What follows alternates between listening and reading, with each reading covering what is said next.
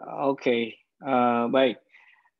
Kita masuk pada materi keempat ya, atau pertemuan keempat tentang bagaimana membuka sebuah, presentasi ya.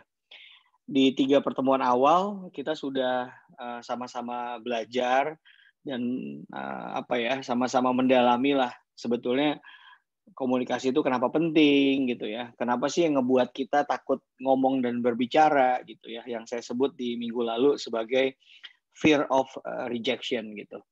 Kemudian, saya udah memberikan beberapa tips juga gitu, kenapa, komunikasi penting dan bagaimana kita bisa melakukan komunikasi dengan baik.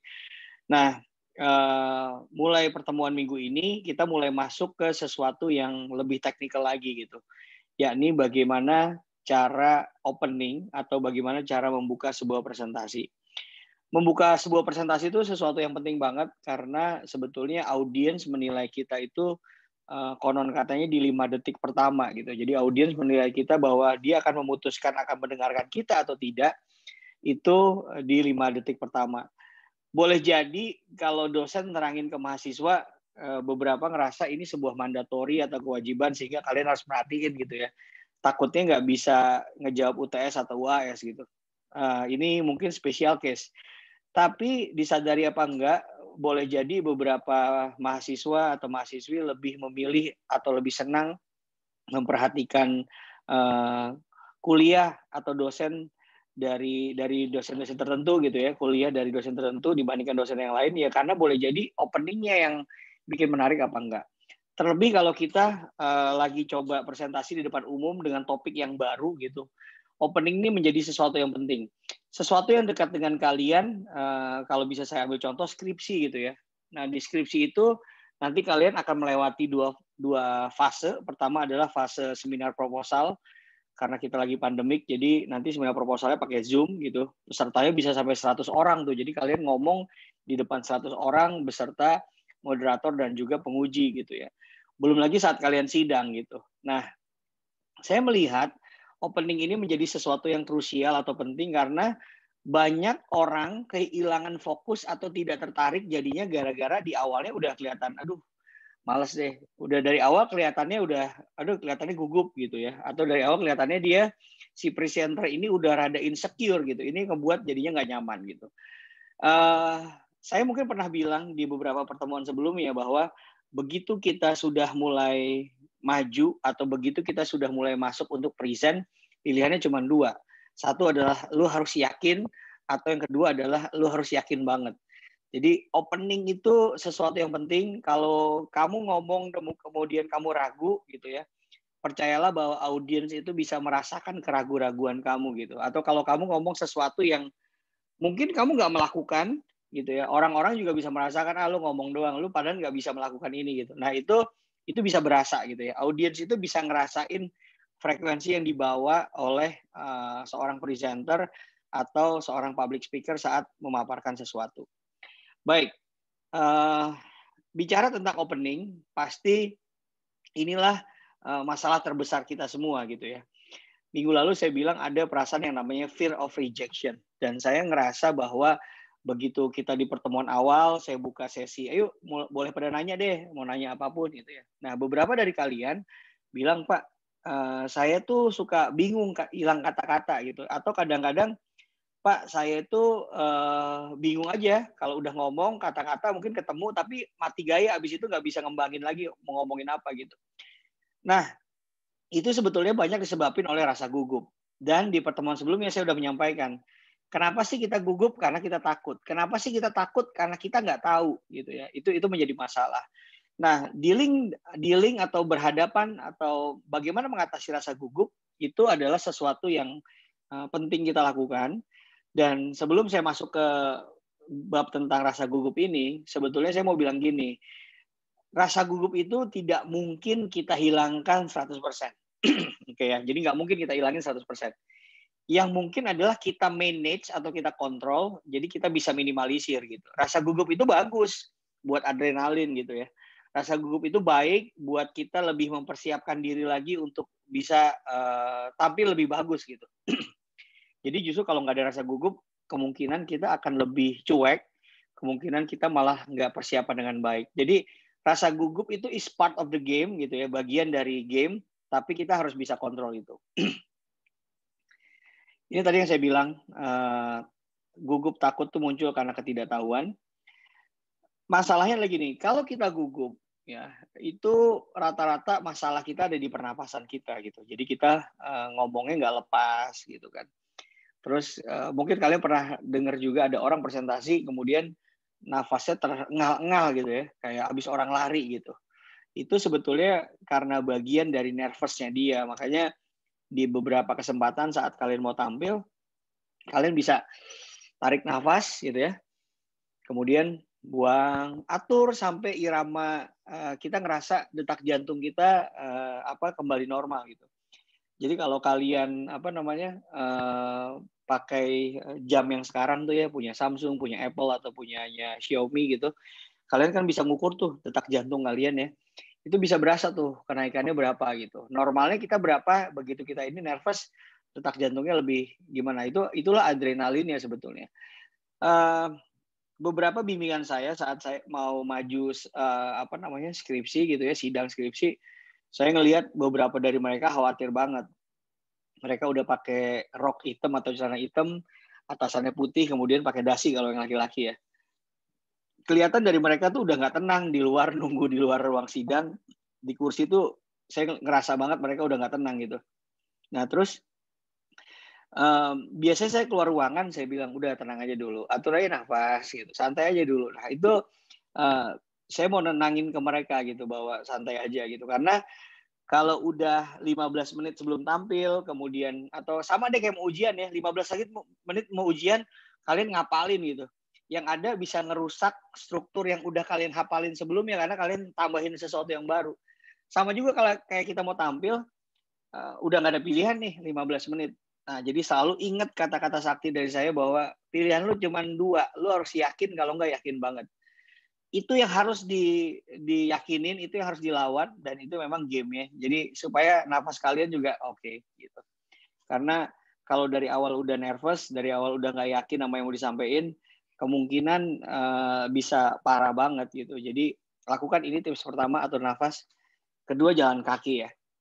Nah, kalian bisa di dekat ruangan sidang itu kan ada tempat duduk tuh, kalian bisa tuh jalan dikit, balik lagi gitu. Tapi juga jangan dengan kayak frekuensi tinggi ya, set set set set, wah lu kelihatannya orang kenapa kelihatan malah nggak tenang ya gitu. Jadi jalan kaki itu penting. Nah kalau kalian naik motor ke kampus kan parkir dulu ya. Nah momen kalian untuk jalan kaki dari tempat parkir ke gedung itu adalah momen untuk mengatur nervousness atau kegugupan gitu. Nah makanya nanti begitu, oh ternyata sidang di lantai 2, lantai 3, kalau bisa jangan naik lift, naik tangga aja dulu. Itu momen untuk ngatur buying time untuk kita biar bisa ini ya. Dan selama ini jalan kaki itu cukup nolong tuh teman-teman untuk ngilangin sedikit nervousness, karena dengan kita bergerak itu ngebuat kita justru lebih tenang ya. Tapi dengan catatan bukan lari ya, tapi jalan aja, jalan santai, pelan, itu ngebuat kita lebih rileks.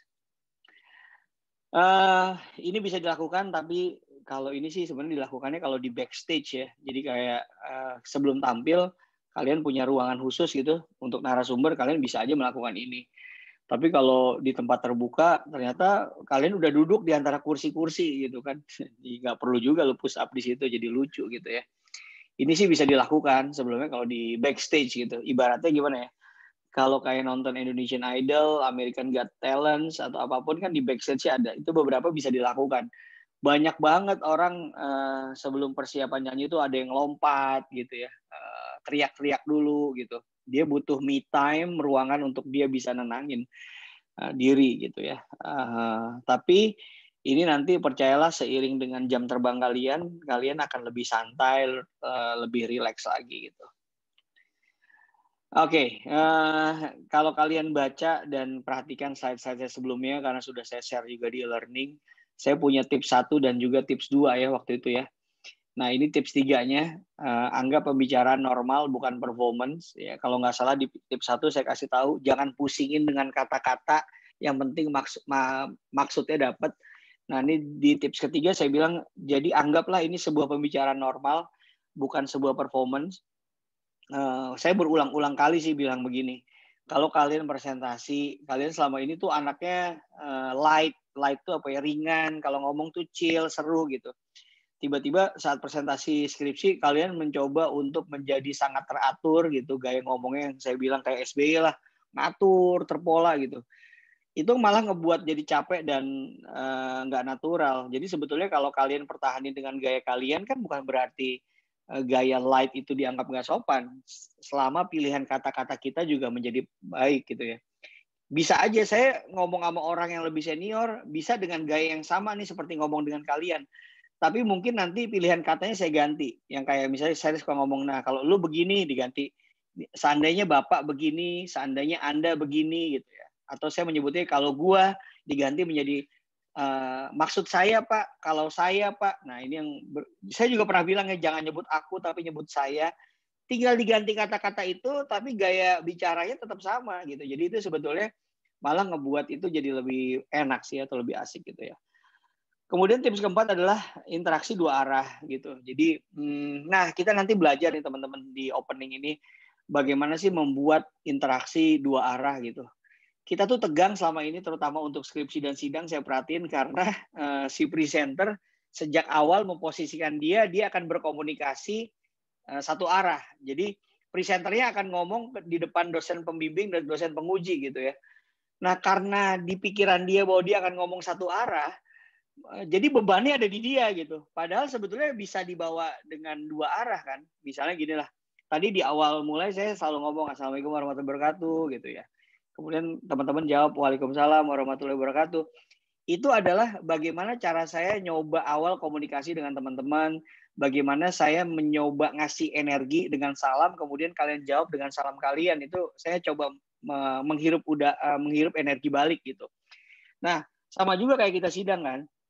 Misalnya Assalamualaikum warahmatullahi wabarakatuh. Beda banget orang yang mau ngasih salam kemudian minta jawaban dengan orang yang ngasih salam tapi nggak minta jawaban gitu. Misalnya gini, Assalamualaikum warahmatullahi wabarakatuh, selamat pagi, salam sejahtera. Oh ya, dia nggak butuh jawaban. Padahal bisa kan, begitu kalian sidang juga, Assalamualaikum warahmatullahi wabarakatuh, dijawab dulu nih sama penguji. Pasti dijawab lah, begitu jawab, Waalaikumsalam. Terima kasih, semoga Bapak Ibu penguji sehat semua, gitu ya. Kan itu bisa mengawali dengan kayak gitu, dan itu ngebuat suasana jadi lebih cair, dan baru setelah itu kamu ngomong, yang saya hormati pembimbing saya, gitu kan, Bapak bla bla bla, yang saya hormati dan juga banggakan penguji saya, gitu. Nah itu akan menjadi suasananya jadi beda. Oh iya ya, kelihatan nih orang mau interaksi gitu ya. Kemudian dibuka bab 1 gitu ya. Bapak Ibu, topik yang akan saya bawakan misalnya tentang dropship gitu ya. Kamu bicara tentang dropship. Bapak Ibu familiar dengan istilah dropship gitu ya? Atau rekan-rekan semua familiar dengan istilah dropship? Nah, kalau kalian ngelempar kayak gitu, itu akan ngebuat komunikasi jadi satu arah. Beda halnya dengan, baik, slide pertama. Inilah definisi dropship. Dropship adalah, waduh, orang jadi nggak ngebawa untuk itu. Nah, inilah challenge kalian, inilah tantangan kalian untuk punya mental berani ngelempar pertanyaan gitu. Ini butuh latihan sih, teman-teman. Saya tahu ini butuh latihan, tapi kalau kalian coba ngebawa ini untuk dua arah, saya percaya semuanya akan smooth. Ingat, performance awal yang baik, opening yang baik itu menentukan ujungnya. Ya, makanya saya bilang orang-orang yang nggak kenal kita, nggak pernah ketemu kita, baru ngelihat kita pertama kali, opening itu menjadi sesuatu yang dia nilai pertama kali, apakah dia mau ngelanjutin ngedengerin kamu apa enggak. Oke ya. Kita udah selesai bagian 1. Di sini cuma 3 bagian, tapi bagian ketiganya cuma 1 slide. Jadi insya Allah ini udah setengah perjalanan ya. Kita masuk ke bagian kedua, yakni kalimat pembuka. Bicara tentang opening, tentu juga berbicara tentang kalimat pembuka gitu. Kalau kalian nanya ke saya, Pak Ari selalu punya template nggak untuk kalimat pembuka? Kalau saya beberapa udah di luar kepala gitu, karena saya sering melakukan ini. Tapi kalian yang belum sering melakukan ini karena mungkin kesempatannya belum ada gitu. Karena saya kan punya kesempatan ngajar, jadi saya punya kesempatan untuk bisa bicara di depan umum gitu. Nah, kalau kalian nggak punya kesempatan ini, nggak punya cukup banyak, kalian bisa nyatet gitu ya. Sehingga saya beberapa kali diskusi gitu ya dengan dekanat kemahasiswaan, Aswadek tuh Pak Bayu, diskusi juga dengan teman-teman HMM, HMA. Ada beberapa ngechat saya, Pak, jadi moderator gimana Pak? Saya bilang, jangan saya deh gitu ya. Saya udah berapa kali jadi moderator, justru saya pengennya acara HMM sama HMA itu yang moderatornya dari mahasiswa biar belajar gitu ya. Nah, saya yakin mereka bisa. Saya yakin teman-teman HMM, HMA atau BEM tuh pasti bisa gitu selama kalimat pembukanya benar. Jadi cara sukses itu simple, hanya mengcopy formulanya ya. Jadi hari ini kita belajar formulanya, apa sih urutannya harus diminta, dan kalau kalian pelajari ini, kalian praktekin ini, yang jelas sih pasti akan dipraktekin karena ending dari materi ini nanti ada penugasan dari saya. Saya pengen kalian lancar di pembukaan dengan mengikuti alur atau format yang saya bikin. Kemudian gini, kalau kalian bilang, Pak, berarti saya harus ngikutin cara Bapak dong? Jawabannya adalah enggak. Karena saya bilang gini, ini kan belajar manajemen. Jadi setengahnya seni, setengahnya adalah ilmu atau sains gitu ya. Nah, kalau kalian ngerasa bahwa, Pak, saya punya trik khusus, silakan dimodifikasi. Ingat, ini cuma trik yang sifatnya tidak mengikat. Ini hanya ngebantu kalian untuk tahu step-stepnya. Kalau kalian ngerasa bahwa, Pak, saya punya kok, Pak, gaya improvisasi lebih bagus daripada ini, atau saya boleh nggak, Pak, mix dengan gaya saya? Boleh banget. Tapi ini yang saya informasikan adalah tulang-tulang besarnya. Ibaratnya organ tubuh manusia tuh yang saya ini tulang-tulang besarnya. Tinggal nanti kamu mix dengan beberapa yang kamu mau gitu ya. Tergantung dengan suasana dan topiknya. Pertama, pasti harus salam. Ya, di Indonesia tuh salam template untuk kita, terutama Islam, adalah Assalamualaikum warahmatullahi wabarakatuh, gitu ya. Atau selamat pagi, selamat siang, selamat sore, selamat malam, salam sejahtera bagi kita semua. Itu template juga. Kalau di politik ditambahin lagi Om Swastiastu, gitu ya. Nama budaya ditambahin lagi kayak gitu ya. Kalau di acara Sunda, saya suka bilang sampurasun sih, sampurasun gitu. Nanti dijawab rampes gitu. Itu kalau audiensnya emak-emak orang Sunda dan dia lebih suka, jadi ngebuat kita lebih dekat gitu ya. Kalau ngeliatin acara TV, hello good morning, hello good people, net TV suka bilang gitu ya. Itu sih terserah sih, ya, hello guys gitu. Itu juga nggak apa-apa. Itu adalah bagian dari salam pembuka yang template harus kamu lakukan gitu ya.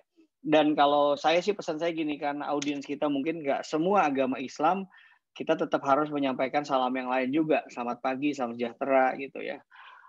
Ada juga sih murid saya yang skripsi Om Swastiastu nama budaya. Buat saya nggak apa-apa, yang penting dia nyebutin salam. Ingat, aturan pertama harus nyebutin salam.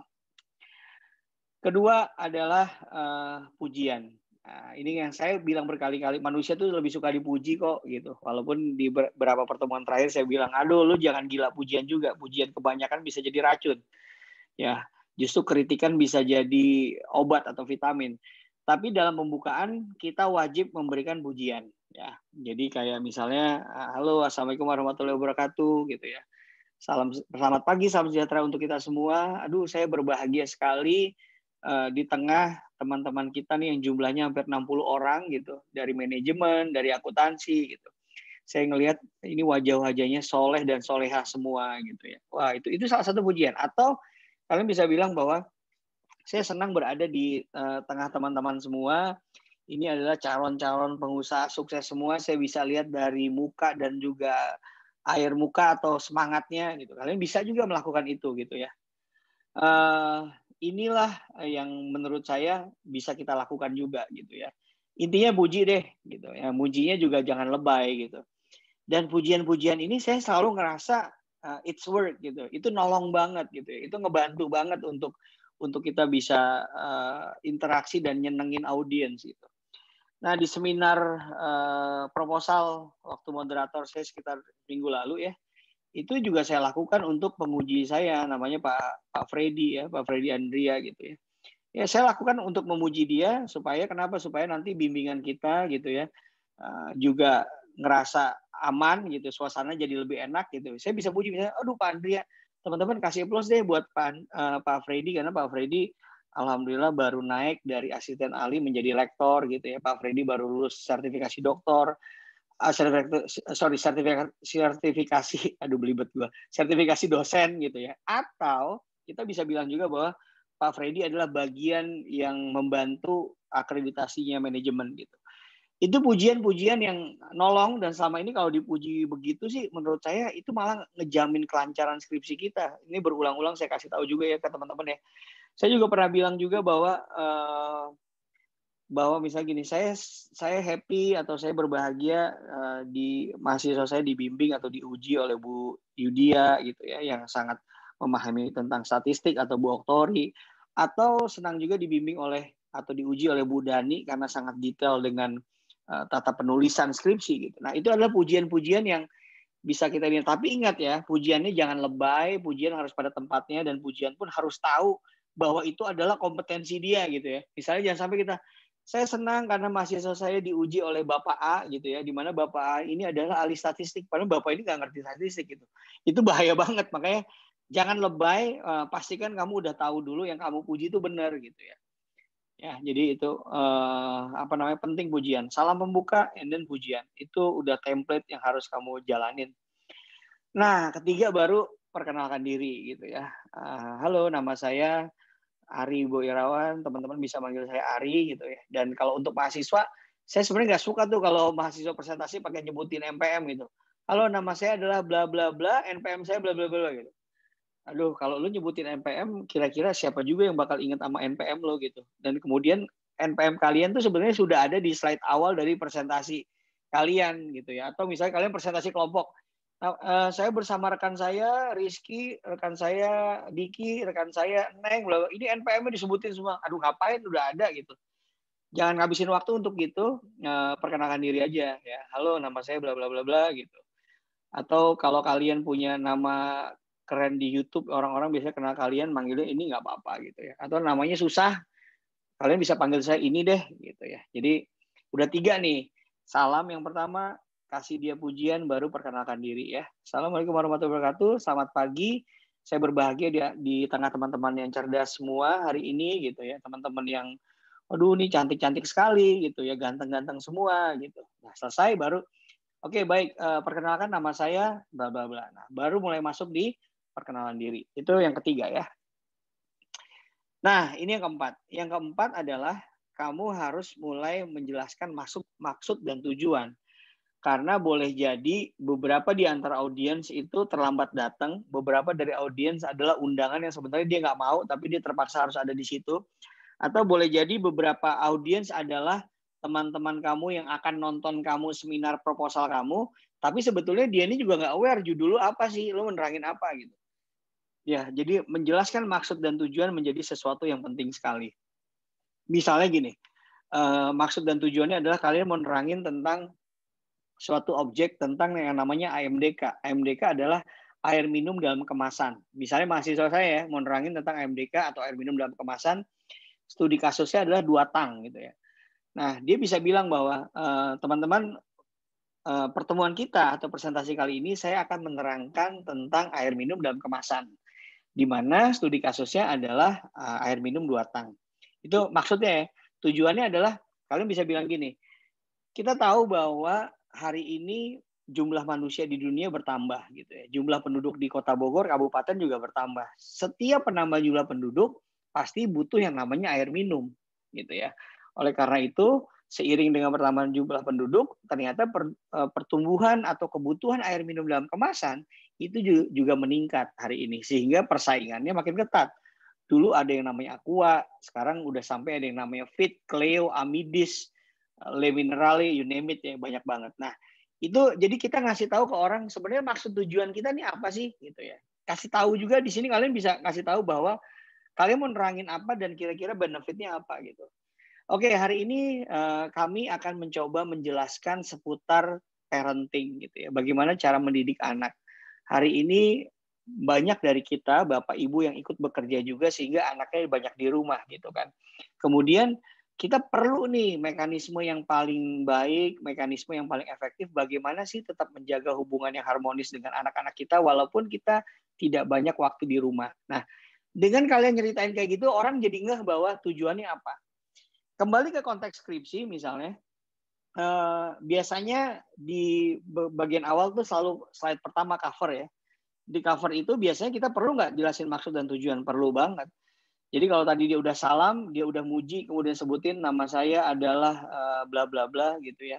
Nah, kemudian kalian tinggal ngomong maksud dan tujuannya. Kenapa kira-kira skripsi ini menjadi penting? Kenapa kira-kira ini perlu diteliti? Kalian bisa ngomong bahwa, oke, yang saya teliti hari ini adalah bagaimana perilaku konsumen dalam berbelanja, khususnya produk kosmetik di marketplace yang namanya blibli.com. Misalnya begitu ya. Kalian perlu ceritain dong. Nah, hari ini kehidupan kita semua ada di handphone. Kalian bisa bilang gitu ya. Semua ada di handphone. Karena semua ada di handphone, maka berbelanja di marketplace itu rata-rata menggunakan aplikasi yang ada di handphone gitu. Oleh karena itu penelitian ini penting untuk kita lakukan. Nah, itu adalah beberapa cara. Ini saya secara spontan ngebuat, tapi saya yakin kalian nanti begitu mau tampil, kalian bisa tulis dulu nih salam yang mau dipakai apa. Kira-kira pujiannya apa. Nggak usah ditulis sampai kalimat full, cukup kata kuncinya aja. Nanti kalian ngomonginnya dengan versi kalian ya. Kemudian perkenalkan diri. Nama sendiri mah nggak usah ditulis ya. Langsung aja perkenalkan diri, pasti udah hafal nama sendiri. Maksud dan tujuan ini yang perlu nanti kalian pikirin nih. Enaknya ngomongin apa ya? Enaknya apa ya kalimatnya gitu. Oke, itu nomor 4. Nah, dan ini yang kelima. Yang ini adalah nggak kalah penting adalah colekan. Sebenarnya gini, maksud dan tujuan itu sedikit banyak sama dengan colekan gitu. Colekan tuh kayak Noel, hey gitu loh, hey gitu ya. Itu ibaratnya gini, kalau orang bisa, Assalamualaikum warahmatullahi wabarakatuh, masih ngantuk deh gue. Aduh, teteh, makasih udah datang ke sini, baik sekali, semangat banget, walaupun Sabtu Minggu masih mau datang ke sini. Ini mah semua ciri-ciri orang sukses. Itu berarti pujian. Perkenalkan, nama saya adalah siapa? Nama saya adalah Rifai, misalnya. Nama saya adalah Rifai, gitu. Itu udah perkenalan nama. Tujuan saya di sini adalah saya mau menerangkan tentang manfaat bergabung dalam multi level marketing. Wah, itu udah maksud dan tujuan ya, maksud dan tujuan. Kemudian gimana cara bikin colekannya? Nah, colekan tuh harus sesuatu yang ngebuat orang kaget, sesuatu yang ngebuat orang dari istilahnya dia lagi nggak ngapa-ngapain atau dia lagi ngelamun nggak apa tiba-tiba jadi fokus ngeliatin lu gitu. Oh penting ya gitu. Colekan tuh harus sesuatu yang namanya juga nyolek. Orang yang tadi nggak ngadep kamu colek jadi ngadep kamu gitu. Nah, kamu harus pikirin tuh apa. Misalnya kamu bisa pakai kata colekan misalnya di multi level marketing kamu bilang gini. Saya tahu bahwa mungkin 90% atau lebih yang ada di ruangan ini selalu menganggap negatif tentang yang namanya multi level marketing. Tapi percaya nggak? Ternyata multi level marketing menurut survei menghasilkan banyak orang meraih 100 juta pertamanya. Wah, jadi itu kayak bikin colekan bek gitu loh. Cara bikin colekan itu adalah dia ngebuat orang, oh iya, gini ya cara bikin colekan gitu. Ngebuat orang yang tadinya nggak aware jadi aware gitu. Itu nama colekan. Nah, ada beberapa jenis colekan yang bisa kita pakai gitu ya. Nah, jadi kalian pasti nanya, jadi Pak, colekannya tuh kayak gimana Pak? Ada beberapa jenis colekan yang bisa dipakai. Ini saya bagi beberapa colekan yang kalian bisa praktekkan atau kalian pilih satu persatu ya. Biasanya sih maksimal 2 colekan dipakai gitu ya. Jadi jangan juga, ini saya kasih 5 colekan, begitu lu ngebuka lu pakai colekan 5-5-nya gitu. Wah, 5-5 kepake mah jadi lebay ya tuh. Pilih aja salah satu gitu. Supaya nggak kelamaan di depan gitu. Jangan sampai kita presentasi dikasih waktu 10 menit, 15 menit, colekannya 5 menit sendiri gitu. Jangan sampai gitu ya. Oke, ini colekan pertama. Colekan pertama adalah jokes gitu ya. Colekan pertama adalah jokes. Nah, jokes ini bisa macam-macam sih. Bisa kalian pakai, cari aja deh kalau nanti mau tahu jokes yang lucu. Saya sih biasanya selalu nyatet di handphone. Kalian juga bisa cari di Google gitu ya tentang jokes-jokes yang lucu.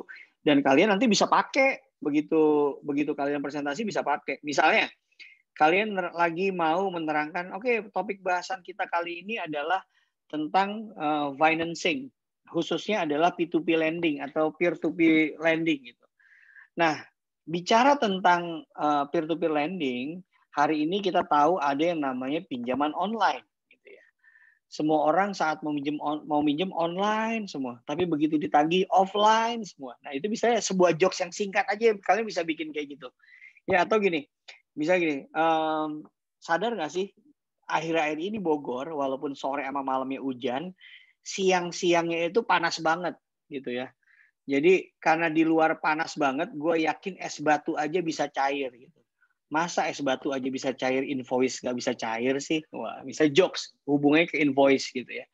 Jadi you have to be very smart. Dilihat kira-kira konteks yang kita lagi bicarain apa sih yang cocok nanti dengan jokesnya. Atau oke, tema kita hari ini adalah tentang segala sesuatu yang digital atau 4.0, di mana sekarang anak-anak sekolah online, istri belanja online, tante-tante seminar online, ya. Kemudian anak saya pacaran online, misalnya begitu. Ya, jadi kalian bisa cari beberapa hal ya, yang terkait dengan jokes, itu bisa menjadi sebuah colekan setelah maksud dan tujuan. Ya, semoga clear ya dengan jokes. Kemudian bisa juga dengan pertanyaan terbuka. Gitu. Pertanyaan terbuka adalah kalian nanya ke audiens gitu. Kayaknya minggu lalu kita udah belajar ya, bagaimana cara nemuin hot seat, gimana cara nemuin maskot gitu. Cara satunya dengan ngebuka pertanyaan. Apa kabar semua? Baik, baik, baik. Wah, gila, yang suaranya baik paling kencang siapa ya? Gitu.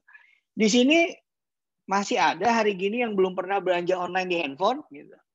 Atau di sini masih ada orang-orang yang nggak punya kuota. Oh, itu bisa dibuat dengan pertanyaan terbuka macam-macam gitu ya. Atau bisa juga kalau ini seminar parenting, Bapak Ibu semua di sini pernah atau ada nggak yang sama sekali belum pernah hadir di acara seminar parenting? Itu pertanyaan terbuka. Atau bisa juga kamu nanya, Bapak Ibu semua atau Bapak-bapak semua, siapa di sini yang ikutan seminar parentingnya di daftar istrinya padahal dia nggak niat karena dia maunya nonton bola atau main sepeda? Gitu. Itu bisa jadi sebuah pertanyaan terbuka untuk nanya ke audiens gitu, untuk ngebuat colekan, ngebuat kita engage sama mereka. Jadi yang pertama adalah nyoleknya dengan jokes, kedua dengan pertanyaan terbuka gitu ya. Kemudian, Pak, bisa nggak sih pertanyaan terbuka dipakai dengan untuk skripsi atau penguji kita? Bisa aja, tapi kamu harus benar-benar yakin dan pertanyaan harus sopan ya, gitu ya. Misalnya begini, misalnya tiba-tiba penguji saya adalah misalnya Pak Herdi gitu ya, Bu Dani gitu ya, atau satu lagi Bu Nina gitu ya. Kemudian kamu mungkin serem nih untuk ngajuin pertanyaan terbuka gitu. Tapi kita bisa melakukan itu tetap. Mohon izin Bapak Ibu, karena tema saya tentang Shopee, kira-kira nih Pak Herdi, Bu Nina, dan Bu Dani, di sini udah ada yang download Shopee belum? Nah, kalian bisa nanya kayak gitu loh. Nah, lihat intonasi yang saya pakai, lihat cara saya ngelempar itu sehingga orang bisa, oh iya, boleh nih nanya gini tetap sopan gitu ya. Saya udah punya nih, Bu Dani, saya punya 4 aplikasi belanja online di handphone saya. Kalau di Bu Dani punya berapa, Bu Dani, kalau boleh saya tahu? Untuk awalan nih Bu, kita cerita ngebahas tentang ini. Bisa jadi tetap sopan gitu, selama kita memang ngebawainnya dengan benar gitu ya. Jadi pertanyaan terbuka itu yang kedua.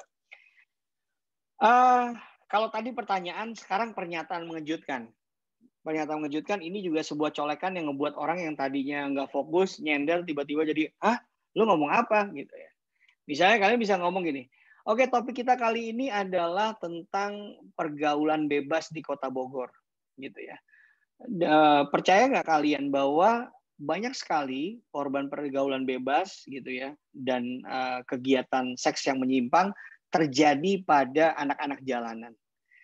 Fakta membuktikan bahwa ternyata anak-anak jalanan, terutama yang wanita, gitu ya, 8 dari 10 wanita di bawah 17 tahun ternyata pernah berhubungan badan sebelum menikah.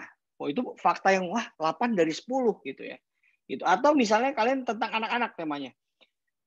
Bapak Ibu semua percaya nggak bahwa ternyata 9 dari 10 anak kita di bawah 5 tahun ternyata menderita obesitas.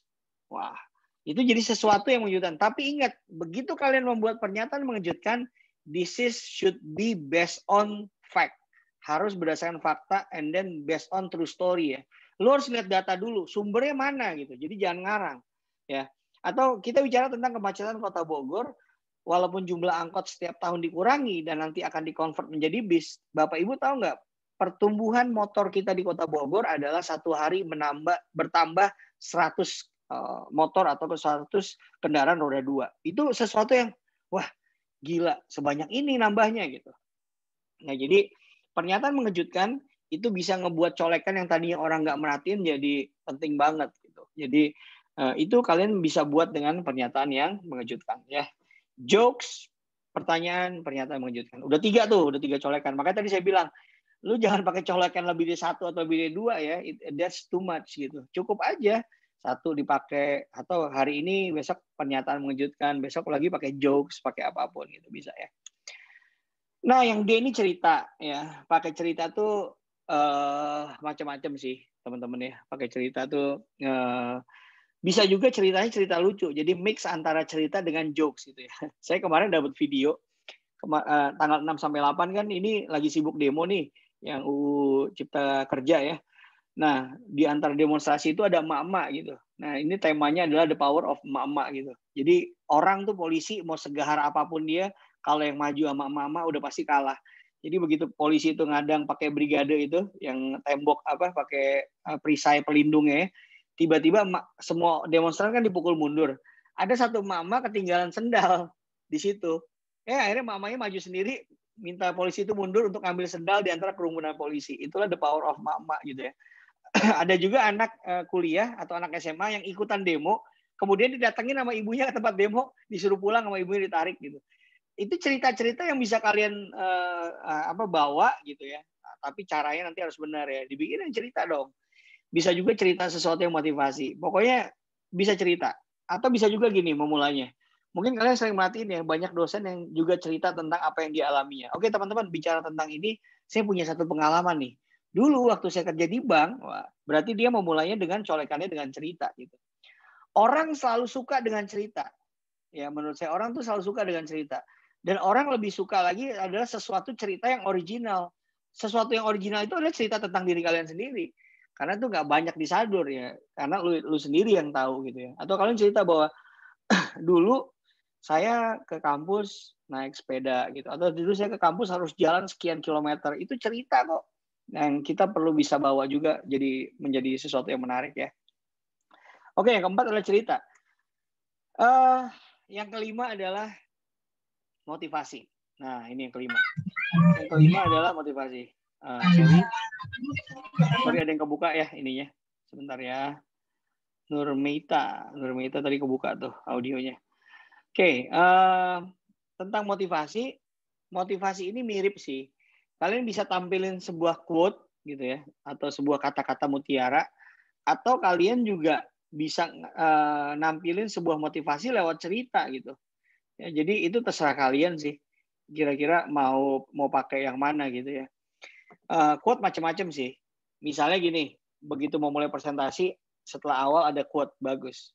Saya mau mulai presentasi ini tentang bagaimana mencari pasangan hidup atau bagaimana menemukan pasangan yang ideal. Kemudian salah satunya kalian bikin quote. Tulisannya gini, nyari yang cantik atau ganteng itu gampang, yang susah itu nyari yang cocok. Nah, misalnya gitu ya. Itu bisa jadi bahwa oh, benar ya quote ini benar. Itu sesuatu yang memotivasi banget. Atau saya kemarin baca quote-nya Republika bagus banget. Jadi di dalam Islam itu dikasih tahu bahwa kenapa jadi pemimpin itu berat tanggungannya karena ganjaran atau pahalanya juga besar sekali.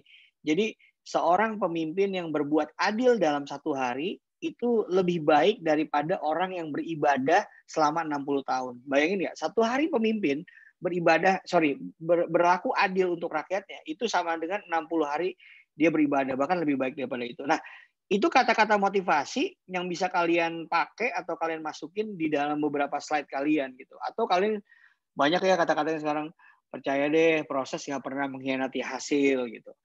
Nah, jadi yang itu yang kamu bisa temukan gitu ya, quote itu. Saya sih sering nemuin quote-quote bagus motivasi rata-rata dari film ya. Film-film banyak banget tuh, apalagi lagi suka nonton Netflix hari ini banyak banget quote-quote yang bagus banget yang kalian bisa jadiin kata-kata mutiara ya. Nyari di IG banyak, nyari di Twitter banyak gitu ya. Jadi kalian bisa pakai kata-kata motivasi untuk menjadi penyemangat. Nah, ini kayaknya terakhir. Yang terakhir adalah colekannya bisa dengan visual atau slide. Ya, jadi apa? Tiba-tiba gambar aja, jedar. Misalnya gini, kalian langsung ngomong bahwa, oke, hari ini kita akan membahas tentang psikologis manusia, di mana pandangan orang tuh bisa aja beda, gitu. Di mana pandangan orang bisa aja salah. Mau bukti, gitu? Ini dia contohnya. Kamu kasih gambar full, kemudian gini, Bapak Ibu semua bisa lihat nggak? Ini adalah gambar bapak-bapak, gambar mobil, atau gambar kucing. Pernah lihat nggak? Ada gambar yang ternyata kalau dilihat dari berbagai perspektif, itu bisa menjadi beberapa gambar gitu. Itu bisa jadi sebuah gambar. Atau ini ada garis panjang 2. Yang mana yang lebih panjang? Jadi ngebuat orang yang tadinya nggak konsentrasi, ngebuat dia jadi, oh iya, gue harus konsentrasi nih karena apa yang menarik ya. Jadi gitu. Sesuatu yang visual itu bisa juga menjadi colekan yang menarik untuk ngebuat orang bahwa, oh ya, gambar ini gitu. Nah, jadi itu yang penting juga teman-teman ya. Oke, materinya udah sisa 2 slide lagi nih. Bagaimana mengatasi nervous? Udah. Opening udah ya, opening udah. Tadi rumusnya opening, kasih tahu dulu salam, kemudian puji dia, salam, puji dia, kemudian kenalin diri kalian, maksud dan tujuan, dan yang terakhir adalah bikin colekan. Nah, colekannya macam-macam, bisa pakai jokes, bisa pakai pertanyaan, bisa pakai pernyataan, bisa pakai cerita, bisa pakai motivasi, bisa juga pakai slide dan visual ya. Jadi ingat, gugup udah, opening udah. Nah, ini yang terakhir teman-teman, yaitu bridging. Nah, bridging itu bahasa Indonesia jembatan. Ini hari ini rada banyak nih ya, tapi nanti saya ngasih tugas untuk sesi yang 1 dan 2 aja. Bridging atau jembatan ini adalah bagian yang susah-susah gampang. Saya masih ingat nih pertanyaan salah satu teman kalian waktu nanya, Pak, kalau kita jadi moderator itu kira-kira apa sih kunci suksesnya supaya kita bisa nyambung? Ya, saya bilang, kalian harus melakukan research tentang orang atau narasumbernya. Kedua adalah kalian bikin sesuatu yang menarik, sesuatu yang trending hari ini, kemudian dibikinin ini terkait gitu, ini nyambung. Nah, bikin sesuatu yang nyambung itu namanya bridging. Ya, bikin sesuatu yang nyambung itu yang namanya bridging. Nah, untuk bangun bridging ini butuh latihan teman-teman, nggak bisa langsung gitu. Misalnya, saya ngangkat benda ini ya. Ini ya. Kemudian, wah ini adalah air mineral gitu ya. Nah, air mineral ini, sekarang saya nanya ke kamu ya, misalnya gini. Gimana caranya kamu bikin topik tentang punya hubungan yang harmonis dengan istri kamu, dengan pasangan kamu, tapi dimulai dengan kata air mineral? Wah, ini susah-susah gampang nih. Pikirin nggak? Bisa dipikirin nggak? Kira-kira bagaimana sih cara kita nentuin sebuah tema? Nah, lihat slide saya ini ya. Temanya adalah bagaimana, jangan bina hubungan deh. Bagaimana punya pikiran fresh di pagi hari. Temanya adalah bagaimana punya pikiran fresh di pagi hari. Kemudian, ini nomor 2, sorry. Nomor 2, berarti kita sebutkan satu benda, yaitu air mineral. Ya, itu adalah nyebutin satu benda, yaitu air mineral. Ketiga, adalah kita bikin connect antara nomor 1 dengan nomor 2. Oke, nomor 1 tadi temanya adalah bagaimana cara ngebuat pikiran kita clear atau tenang, fresh di pagi hari. Kemudian kata bendanya adalah air. Kita harus ngubungin nih nomor 1 dengan nomor 2. Berarti saya bisa ngomong gini. Percaya nggak bahwa air ini adalah yang menentukan tingkat konsentrasi seseorang. Kita harus minum air misalnya 2 liter satu hari. Minimal 2 liter dalam satu hari misalnya. Sehingga dengan kita mengkonsumsi air, kita membuat pikiran kita lebih fresh. Misalnya gitu, nyambungnya ke situ. Atau temanya adalah kehidupan, ya nomor 1-nya kehidupan nih. Kemudian nomor 2-nya bendanya saya angkat adalah remote AC nih, kelihatan nggak ya? Nah ini remote AC nih, misalnya gini, remote AC. Kemudian gimana bikin ini connect? Aduh, seandainya hidup ini kayak AC ya, bisa gue kasih kalau hati gue lagi panas, gue dinginin. Begitu hati gue lagi dingin, gue setel lebih panas suhunya gitu. Kalian bisa harus bikin nyambung. Nah itulah salah satu teknik bridging yang sebetulnya dipakai sama orang-orang gitu ya. Bagaimana sih untuk nyambungin sesuatu yang trending sama topik pembicaraan. Itu perlu dilatih. Nah kalau orang-orang di radio ya, saya pernah nonton wawancara ini ya, beberapa orang yang memang dia aktif di radio gitu. Rupanya mereka itu di jam luang, mereka tuh selalu saling ngobrol satu sama lain. Misalnya ada penyiar A sama penyiar B. Begitu dia lagi off air, lagi nggak siaran gitu ya, mereka main ini. Coba dong, lu temuin dong.